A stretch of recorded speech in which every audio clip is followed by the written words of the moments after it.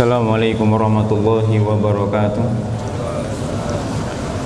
Innal hamdalillah nahmaduhu wa nasta'inuhu wa nastaghfiruh wa na'udzu billahi min sururi anfusina wa min sayyiati a'malina. May yahdihillahu fala mudilla lahu wa may yudlil fala hadiya lahu. Asyhadu an la ilaha illallah wahdahu la syarika lah wa asyhadu anna Muhammadan abduhu wa rasuluhu la nabiyya ba'd. Allahumma salli wa sallim ala nabiyyina Muhammad wa ala alihi wa sahbihi ajma'in, amma ba'du. Ikhwatal iman rahimani wa rahimakumullah. Di kesempatan malam hari ini kita akan lanjutkan pembahasan dari kitab Aina Nahnu min Akhlaqis Salaf, atau dalam terjemahannya meneladani generasi terbaik. Buku ini bagaikan mata air yang besar, khususnya bagi diri kita semua. Ketika saat kini kita membutuhkan ulama rabbani, kita membutuhkan suri toladan yang baik daripada ulama-ulama yang thiqah dalam ilmunya, bukan sekedar lantang dalam pembicaraannya, akan tetapi ulama yang memiliki akhlakul karimah, adab.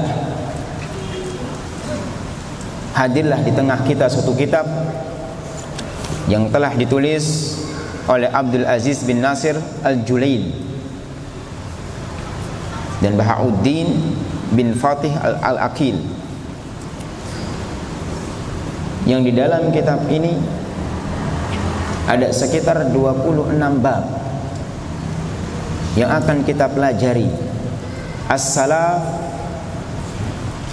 pendahulu-pendahulu kita yang salih, di dalam setiap kehidupan mereka. Dan ini kita butuhkan, dan ini kita perlu kaji. Karena bagaimana akhlak dan adab di dalam agama kita.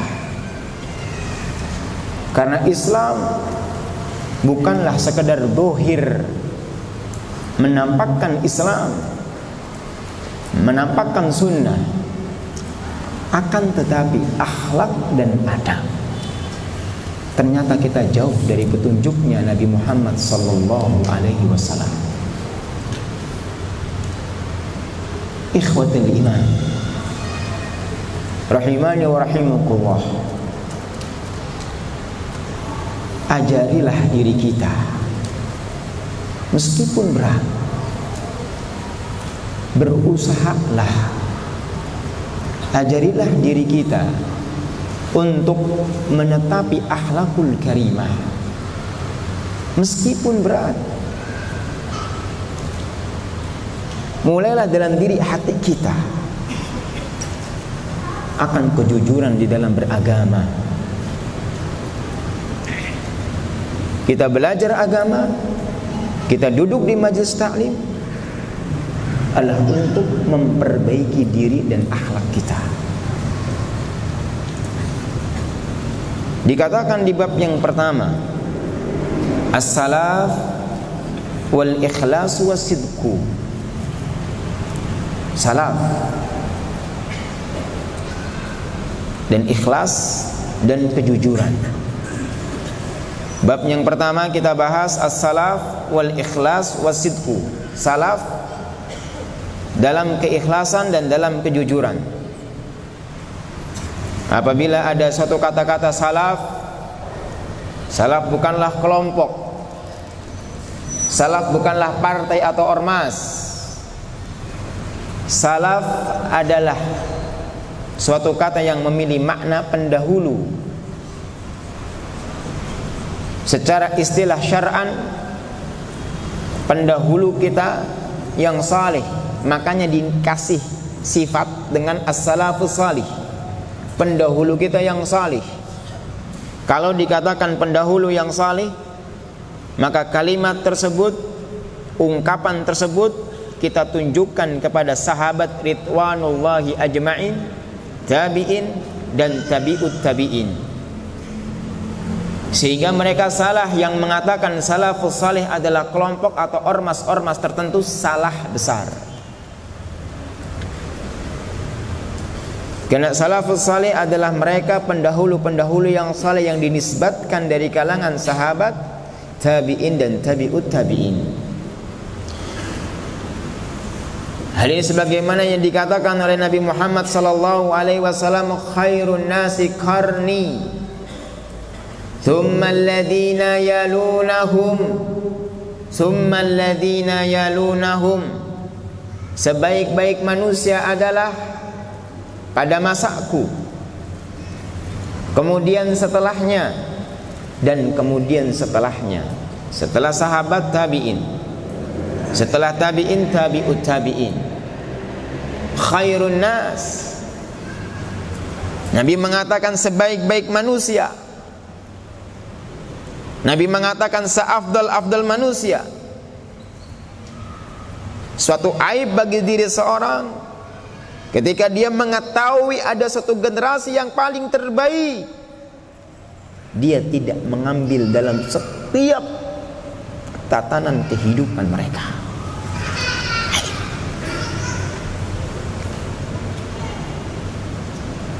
Maka di malam hari ini kita akan mengkaji bagaimana para pendahulu-pendahulu kita yang salih dari kalangan sahabat, dari kalangan tabi'in, dan dari kalangan tabi'ut tabi'in. Khususnya bab yang pertama dalam masalah ikhlas. Dalam masalah ikhlas, ikhwatal iman, rahimani wa rahimukullah. Ikhlas adalah menyerahkan seluruh ibadah hanyalah kepada Allah, la riya'an wala sum'atan wala ujub. Tidak adanya riya, tidak adanya ingin didengar, tidak adanya ujub dalam pribadi orang tersebut, bangga. Sifat inilah yang dikatakan oleh Allah Subhanahu wa taala dalam surat Al-Bayyinah. Ketika Allah Subhanahu wa taala berfirman, "Wa ma umiru illa liya'budullaha mukhlishina lahuddin." Tidaklah mereka diperintahkan kecuali untuk beribadahku dalam keadaan ikhlas,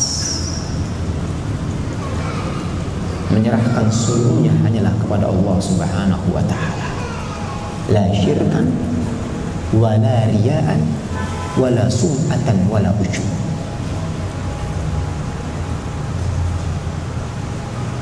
Di dalam ayat yang lainnya dalam surat Az-Zumar ayat ketiga, Allah Subhanahu wa taala mengatakan, ala lillahi dinul khalis. Hanya agama yang murni milik Allah Subhanahu wa taala. Hanya agama yang ikhlas yang miliknya Allah Rabbuna Jalla Jalla.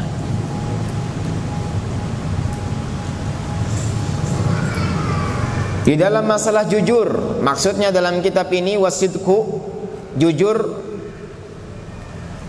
maksudnya adalah jujur dalam masalah keimanan, jujur dalam masalah keikhlasan. Berapa banyak di antara kita mengatakan, ente jujur nggak ngasih barang ini ke aneh? Ente ikhlas tidak memberikan barang ini ke aneh? Aneh ikhlas.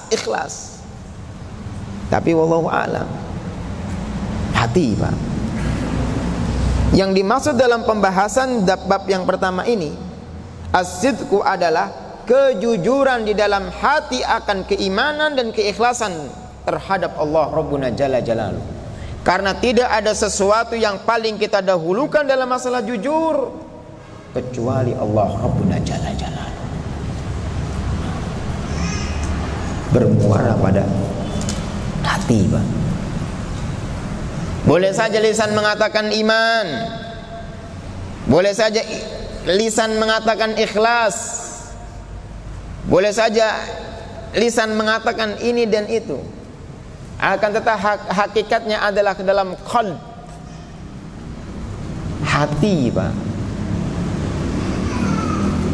Hakikatnya adalah sesuatu yang ada dalam diri kita ini, Pak. Makanya Nabi SAW dalam Arba'in An-Nawawi mengatakan at-taqwa hahuna. At-taqwa hahuna. Ketakwaan itu di sini.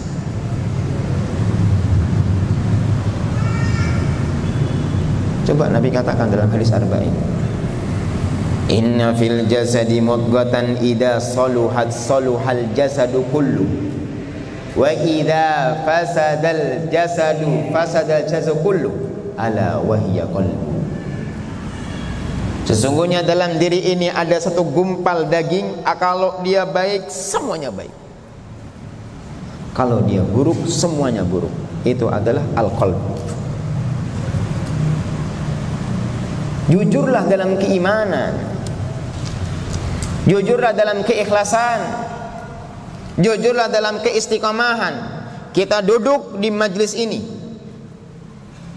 kita duduk dalam mencari ilmu, tidak mengharapkan sesuatu apapun kecuali ridhanya Allah Subhanahu wa taala. Demi Allah ya ikhwatal iman, ketika kita jujur dalam hati kita, ketika kita jujur dalam hubungan kita dengan Allah Rabbuna Jalla Jalaluhu, Allah lah yang akan menuntun keikhlasan kita dan ketakwaan kita.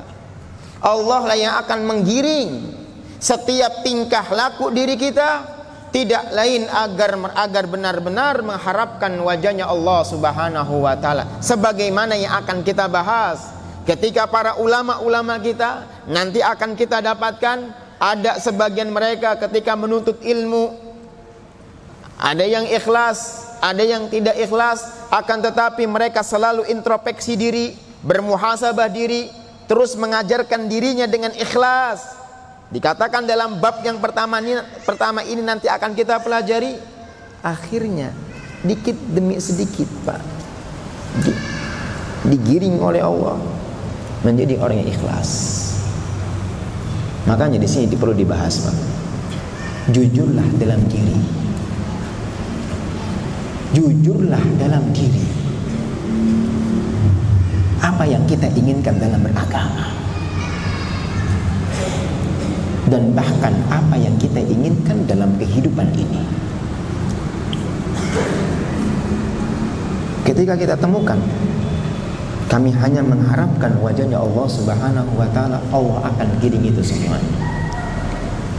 Kita masuk dalam perkataan yang pertama. An Bakri bin Ma'is qal ru'iyar rabi'u mutatawwi'an fi masjidi qaumihi qattun illa marratan wahidah. Dari Bakr bin Ma'is mengatakan, tidaklah pernah nampak Rabi bin Khuthaim,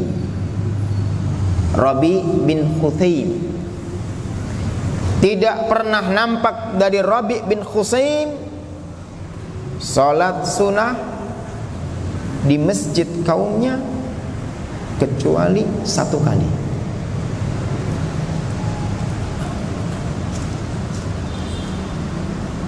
Tidaklah pernah dinampakkan dalam Rabi salat sunnah di masjid kaumnya kecuali satu kali.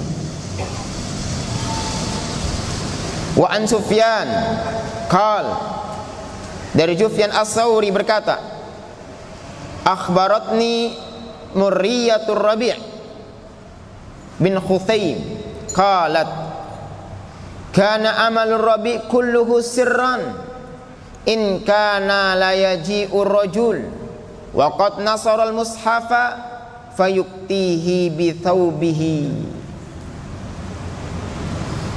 Seseorang menghabarkan kepadaku, dia berkata,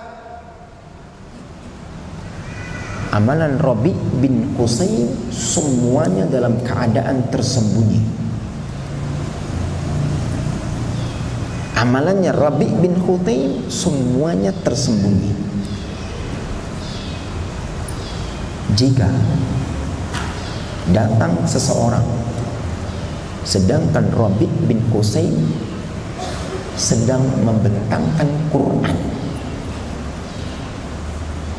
paham Pak ya? Jika datang seseorang sedangkan Rabi bin Husain sedang membuka mushaf, yang dilakukan oleh Rabi bin Husain, dibuka kaosnya, ditutup Quran tersebut, seakan-akan Rabi tidak melakukan suatu ibadah.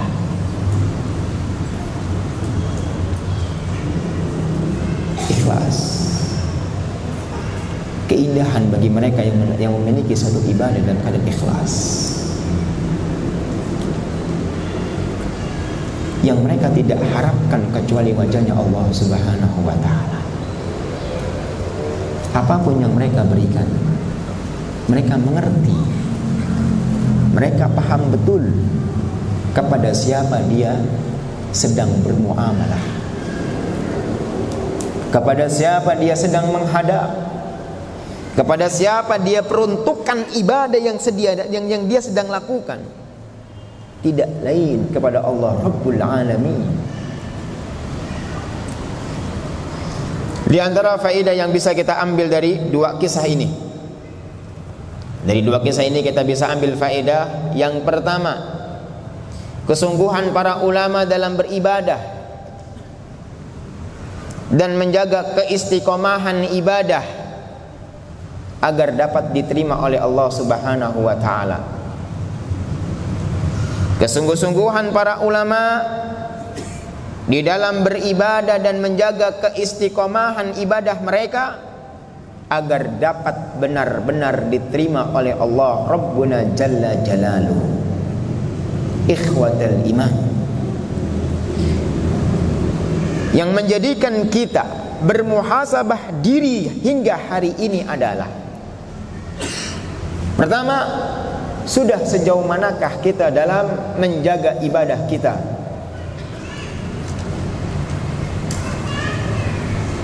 Apakah ada di antara kita satu ibadah saja, tidak perlu sekian banyaknya syariat-syariat Allah, satu ibadah saja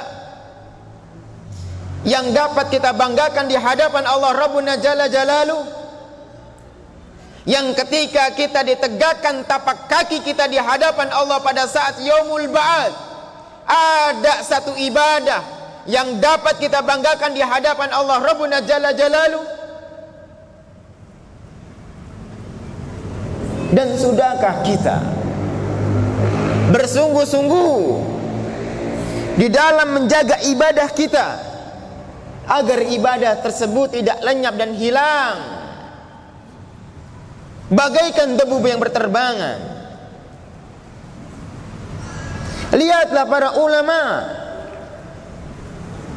bagaimana mereka menjaga ibadah mereka.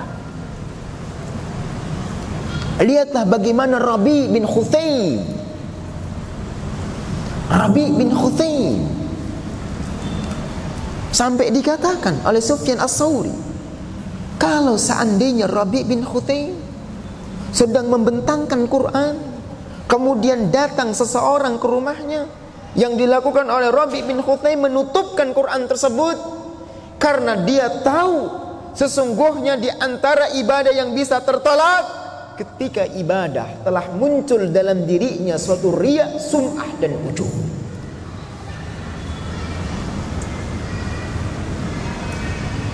Inilah ulama-ulama, inilah para ulama-ulama kita, ayuhal mu'minun. Inilah para ulama-ulama kita, kesungguh-sungguhan mereka di dalam menjaga amal. Allah mengatakan, walladzina jahaduna fina lanahdiyannahum subulana.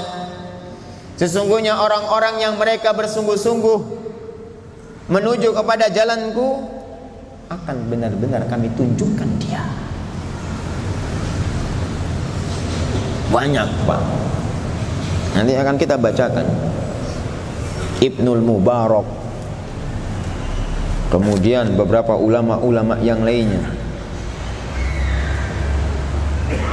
Ja'far bin Barqan, dan para beberapa ulama-ulama yang lainnya, bagaimana mereka menjaga ibadah mereka Pak. Kita nggak ada artinya Pak. Dan kita kalau sudah tahu nggak ada artinya Pak, berusahalah. Sebagaimana dunia kita, coba Pak, coba ketika kita di hadapan dunia Pak, kita menjaga bisnis saja coba, agar bisnis kita tidak jatuh Pak. Jujur nih antum nih, jujur Pak, di berita ada yang kepikiran Pak, nanti kalau seandainya terjadi tsunami bagaimana usaha saya? Ada yang kepikiran Pak? Mungkin salah satu antum ada yang kepikiran Pak. Ketika kita menjaga dunia kita Pak, kita berusaha untuk menjaga ibadah, untuk menjaga dunia kita, akan tetapi ibadah, di manakah kesungguh-sungguhan kita dalam menjaga ibadah kita? Haruskah ibadah yang sekian tahun lamanya kita berikan kepada Allah dirusak oleh sesuatu yang dinamakan dengan riya, sum'ah dan ujub? Ini loh saya, ini loh saya. Di antara faedah yang berikutnya yang bisa kita ambil, mereka sangat memerangi kesyirikan riya, sum'ah dan ujub dalam setiap ibadah-ibadah mereka. Mereka adalah orang-orang yang sangat memerangi syirik, riya, sum'ah dan ujub dalam ibadah-ibadah mereka. Contoh, lihat yang bawa buku perkataan selanjutnya dari perkataan Rabi bin Khutayb, bagaimana mereka sangat memerangi riya, sum'ah dan ujub. Wa an Mundhir an Rabi bin Khutayb qala kullu ma la yubtagha bihi wajhullah azza wa jalla yatmahillu, kullu ma la yubtagha bihi wajhullah azza wa jalla yatmahillu. Setiap segala sesuatu yang tidak diharapkan wajahnya Allah, yang tidak diiringi ridhonya Allah, dia sholat, dia puasa, duduk di majlis taklim, menyampaikan ilmu, menuntut ilmu, bersedekah, berbaik kepada tetangga, memberikan nafkah kepada anak dan istrinya, kullu ma, apapun dia, menyingkirkan sesuatu dari jalanan, kullu ma, setiap apa saja yang tidak diharapkan wajahnya Allah, yang tidak diharapkan ridhonya Allah, yatmahin, akan hilanglah dia, akan sirnaklah dia. Bukankah Allah katakan dalam surat Al-Furqan di ayat ke-22, ayat ke-23, ketika Allah Subhanahu wa taala mengatakan, wa qadimna ila ma amilu min amalin faja'alnahu haba'an mansura, wa qadimna ila ma amilu min amalin faja'alnahu haba'an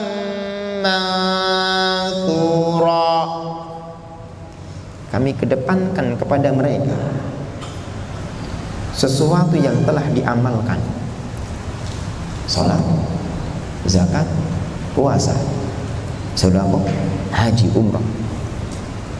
Telah kami kedepankan kepada mereka sesuatu yang telah mereka kerjakan dari amalan-amalan apapun dia. Faja'alnahu haba'an mansura. Kami jadikan itu semuanya bagaikan debu yang berterbangan. Kami jadikan apa yang telah mereka lakukan bagaikan debu yang berterbangan. Tidak ada artinya, Pak. Susah, Pak. Sampaikan dikatakan oleh Sufyan Ats-Tsauri, tidaklah ada sesuatu yang paling berat untuk aku amalkan kecuali adalah ketika aku mengislah niatku. Bukankah dalam surat Al-Ghasyiyah, Pak? Surat Al-Ghasyiyah,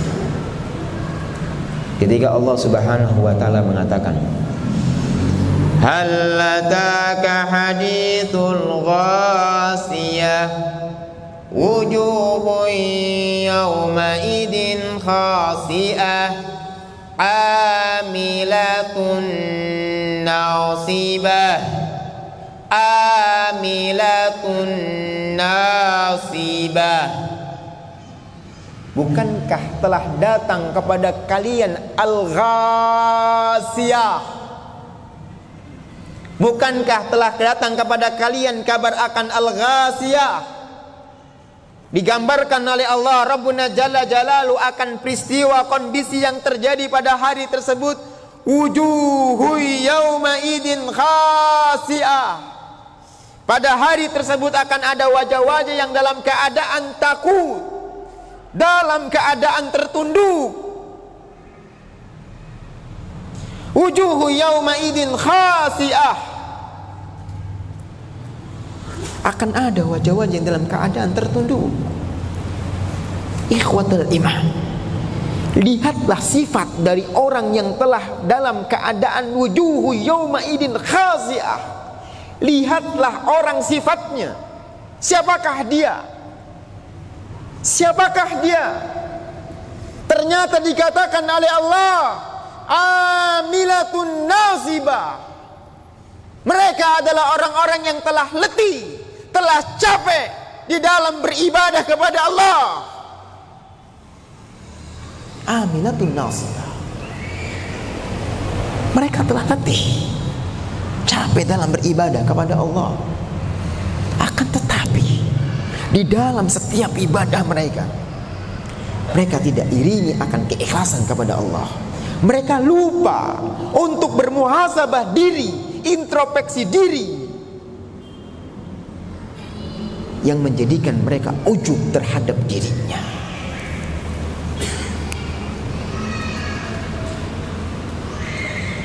Amilatun nasibah. Orang yang sudah letih dan capek dalam beramal. Dikatakan oleh Allah, wujuhu yawma idin khasi'ah. Wajahnya dalam keadaan takut. Dikatakan lagi dalam hadis yang sahih dalam kitab Arba'in An-Nawawi, inna ahadakum la ya'malu bi amali ahlil jannah hatta ma yakunu bainahu wa bainaha ila dzira' fayasbiqu alaihil kitab fayamalu bi amali ahlin nar fayadkhuluha. Sesungguhnya ada salah seorang di antara kalian yang mengamalkan dengan amalan-amalan ahli surga. Dia habiskan waktunya, dia habiskan rizkinya, dia habiskan semuanya untuk beribadah kepada Allah, tapi dia lupa, hati dia tidak dijaga. Qalbun salim, qalbun munib, tidak dijaga oleh dirinya. Dia mengamalkan ahli surga, cuman jaraknya tinggal beberapa jengkal, Pak, Bu. Tinggal beberapa jengkal.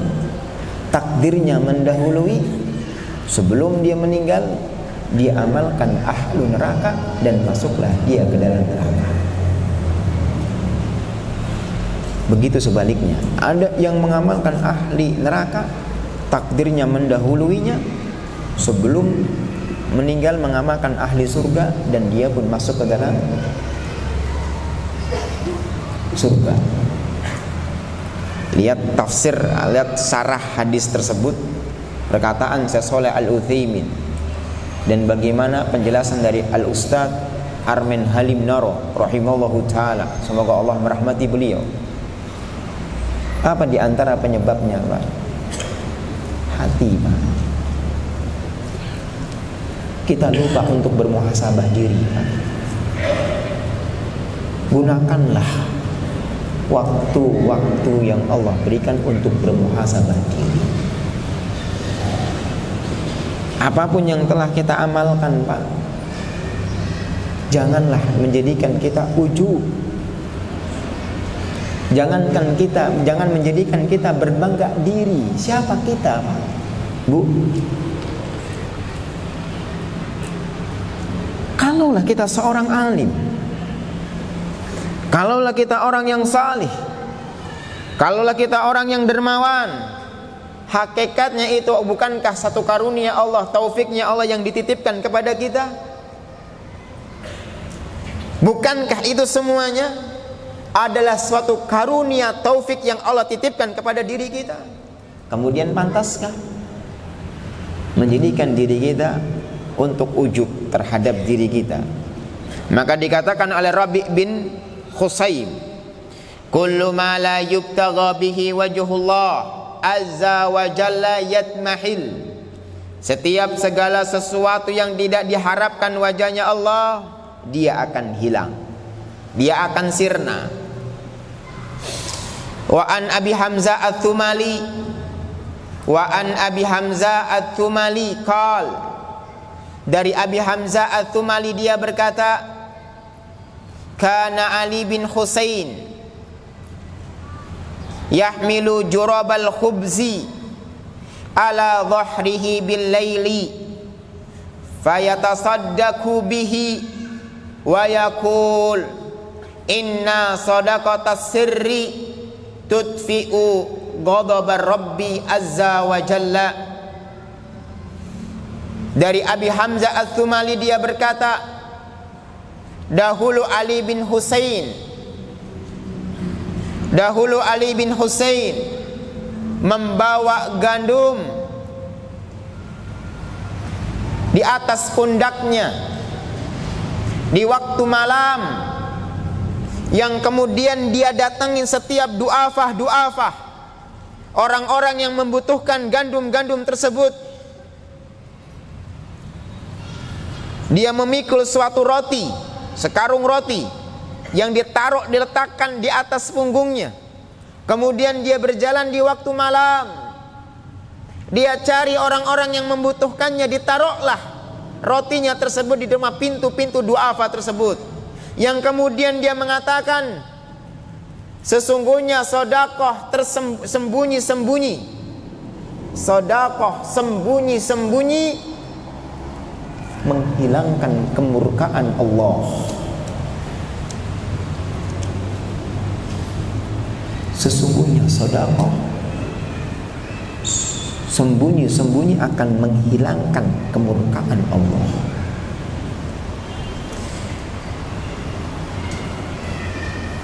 Ini Masya Allah, Pak. Antum pernah kenal ya Ustaz Farid Qasim Anus, Pak? Ustaz senior. Beliau tinggal di Cirebon.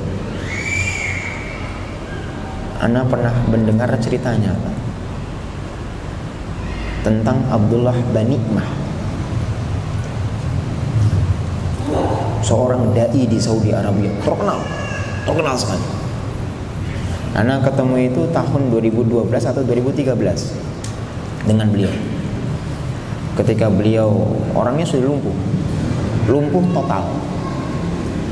Ketika ditawaf di Masjidil Haram, yang dorong itu orang Indonesia, asistennya orang Indonesia. Ana tanya, ini Abdullah Banikmah? Iya. lumpuh.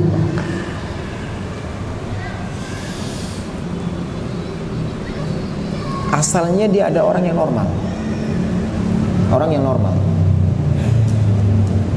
Suatu cerita, satu kisah. Ketika beliau masih kecil, sekitar umur 15 ke atas lah, sama bapaknya disuruh TPA. Nak, TPA.